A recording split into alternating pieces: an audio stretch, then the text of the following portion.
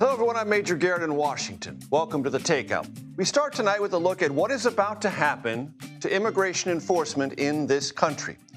America is on the verge of its most intense spending spree on immigration enforcement in modern history. And what the nation has seen in terms of immigration sweeps so far this year, well, they will expand exponentially, fueled by tens of billions of dollars inside the new economic law President Trump signed last week. White House border czar Tom Homan is standing by live at the White House on the North Lawn to tell us where that money is going and to respond to the latest immigration headlines. But first, some history on immigration enforcement budgets.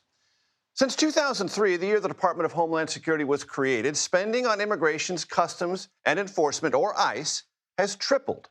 It has also tripled for CBP, that's Customs and Border Protection. In fact, since the mid-1990s, Border Patrol funding has increased 20-fold. This nation, under Republican and Democratic presidents, has poured billions of dollars into arresting and deporting undocumented immigrants, and those budgets are about to explode. What we haven't spent money on, comparatively, is immigration courts, where due process can expedite the removal of people here illegally. Again, since 2003, for every $1 we have spent on immigration courts, we have spent $24 on Border Patrol and ICE. And that is why, as of mid-2024, there was a backlog of 3.7 million immigration cases. CBS immigration reporter Camilo Montoya-Galvez joins me now from Chicago to follow the money in the new law in tonight's Takeout Takeaway. Camilo, it's great to have you with us. Walk us through the biggest parts and the biggest spending on immigration enforcement in this new law. Hi, Major. Immigration and Customs Enforcement, ICE, is now the highest funded agency in the federal government. It is getting, through this law, $45 billion just to bolster and expand its already sprawling detention system to hold individuals awaiting deportation. That money, Major, could allow the agency to detain more than 100,000 detainees at any given time. And just to put it in perspective, Major, ICE right now is holding about 58,000 detainees, so the money would almost double the detention capacity at ICE. The agency would also get an additional $30 billion to bolster its arrests and deportation efforts.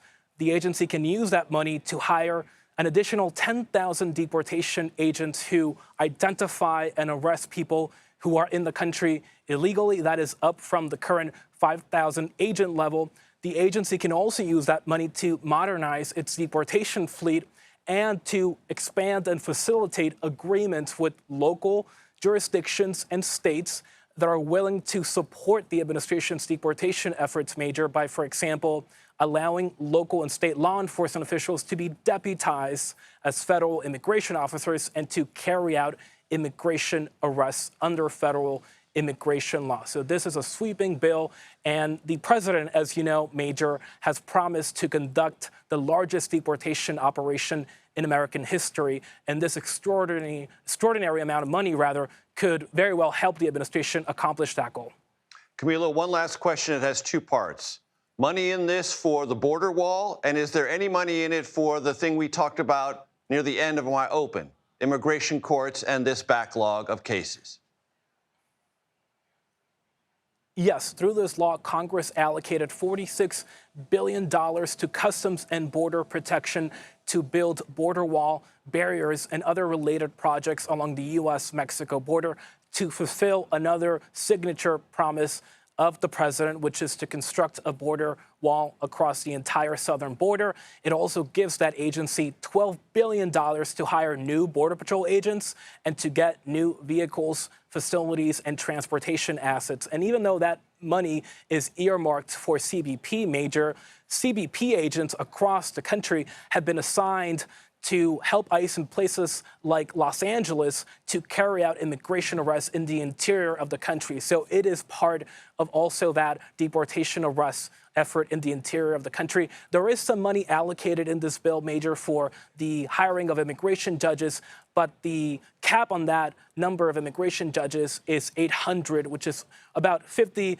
or 100 in terms of the difference between the current staffing level at the immigration court. So it should not make a huge dent in the number of cases that can be adjudicated by the courts. But again, the administration, in many ways, is looking to bypass that immigration court system, which is massively backlogged, by using processes like expedited removal to get people out of the country, Major, as soon as possible. Camilo Montoya-Galvez, I appreciate that context very, very much.